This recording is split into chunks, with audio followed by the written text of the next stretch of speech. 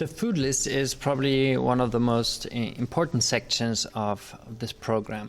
Here we have a lot of different categories of food with more than 900 different types of foods that were evaluated based on your unique genetic profile. And if you click on food list, you will see all of these different sections. And if we, for example, try bread and pastry, you will come to this section. And this has a lot of information how you or your body reacts to this kind of food. Taking baguette as an example, again, these numbers are different for you, so based on your genetic profile, these warning signs and so on will be different. But in this example, this person reacts a little bit to baguette with being overweight.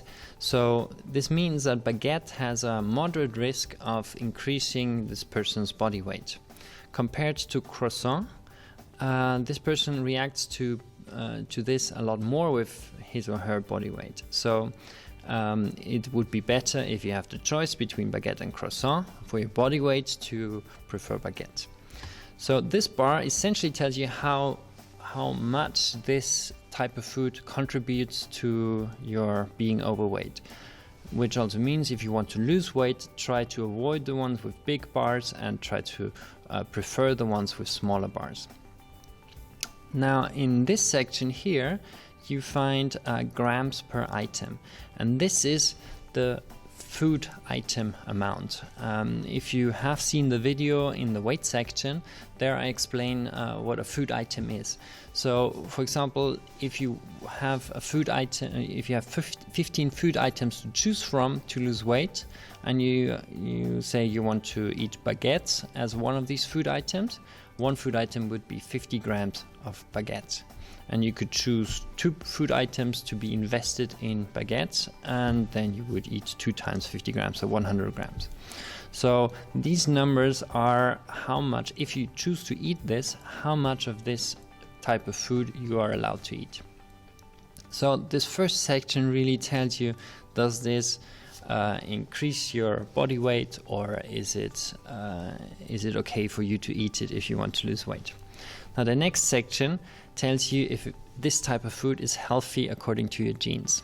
Now in the nutrition section I have explained that we're looking at over 40 different components of food and more than 50 genetic variations that modify how you react to certain foods. So some people might need more calcium, so any type of food that has a lot of calcium will be more healthy for this person, but again it might be less healthy if this type of food also contains arachidonic acid, which might be unhealthy for this person based on his genetic profile. So taking all of these genetic variations into account and all of the different components of good and bad substances that are contained within food, we create an overall recommendation if this type of food is more healthy or more unhealthy for you. And you will find this summary in this table. So for example, baguette has one unhappy smiley face. So this is slightly unhealthy for you based on the genetic variation, while croissant has 6 unhappy faces. So it is a lot more unhealthy than baguette. Again, another reason to prefer baguette rather than croissant if you have the choice. But then again, this type of bread has 5 happy faces, so this is actually healthy. And so you will find that some types of food are very healthy, some are moderately unhealthy, some are very unhealthy, and some are neutral, which you'll be able to see in form of one happy and one unhappy smiley face. So go through this list, find out which types of food you like, check out if they're healthy, unhealthy, or somewhere in between, and try to choose the types of food that, for one, you obviously enjoy, the ones that don't cause you to gain weight, and the ones that are healthy for you. And as you can see, you can't just say bread is unhealthy or healthy. You have to choose. You have to look at every single type, and then decide on if it is overall healthy or not, because it's just so different from one type to another. Then there is a column called caution, and you might not have these warning signs. They are basically focusing on lactose as well as gluten intolerance.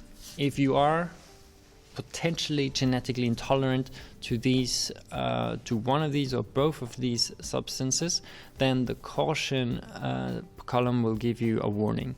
This does not mean you're intolerant to this type of food. It means that you potentially might develop an intolerance to one substance that is in this type of food, and you might have digestive problems if you eat this kind of food. So here, for example, you see gluten, the warning in the gluten column, which causes this caution. So be careful, baguette may contain gluten, and this might one day in the future cause digestive problems because you might develop gluten intolerance. So anything that has caution can still be eaten.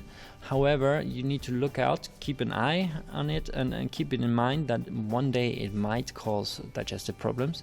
And if so, then it's time to find out why. And it might be gluten intolerance in this. So the same goes for lactose. You might have the warning for lactose. And then again, you get a caution sign. Then you might have given us some information that you suffer from a nut allergy, for example, and then you might also get a warning sign in the allergy column. And these last 5 columns are just for your information. The grams column shows you what amount a typical portion of this type of food is. So for example, for baguette, one slice of baguette is typically 30 grams. And one food item is 50 grams, so it's almost 2 slices. And this just helps you to find out what would be a usual amount that you would be eating of this. So it's just for your information. And then a typical portion of baguette would have 85 kilocalories, 3 grams of protein, 17 grams of fat, and 1 gram of carbs, and 1 gram of fat.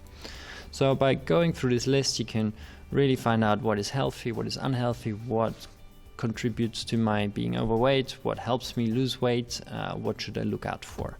And this list is incredibly extensive, so you can really check out the potatoes, spices, vegetable components, and so on. And this really gives you the opportunity to find types of foods that you do like, that are not contributing to your being overweight, and that are healthy for you.